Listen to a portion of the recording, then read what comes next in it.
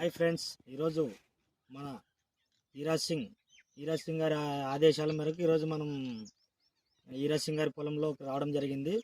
ఇది 3 ఎకరాల 80 సెంట్లు ఉంది. మన వ్యక్తి ఏం చేసినాడంటే సాయి సంకల్ప్ వేసినాడు సీడు. ఒక రేంజ్లో వచ్చింది ఫ్రెండ్స్. సాయి సంకల్ప్ ఎంత హైట్ పెరిగింది చూడండి.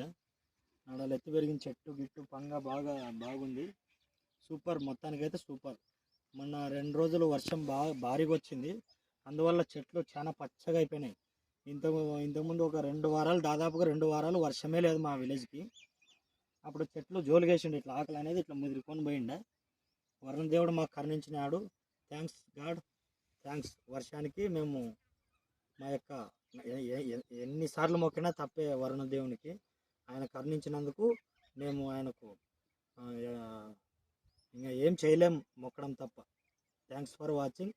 మాది కర్నూలు జిల్లా ఆదోని మండలం బైచిగేరి గ్రామం. Thanks for watching. రైతుకు సపోర్ట్ చేయండి ఫ్రెండ్స్. మన యువ రైతు ఈరాజ్ సింగ్ పొలంలోకి రావడం జరిగింది. యువ రైతులను ఎంకరేజ్ చేయండి. మేము ఇప్పుడు కొత్తగా మనం పొలం అనేది చేయడం జరిగింది. ఈ సంవత్సరం మాకు దేవుడు చాలా అదృష్టం ఇస్తూ ఉన్నాడు. మేము భూమిని నమ్ముకొని దిగినాము. మన కష్టమే కాదు, మనకు వచ్చిన సుఖాన్ని కూడా పంచుకోవాలి.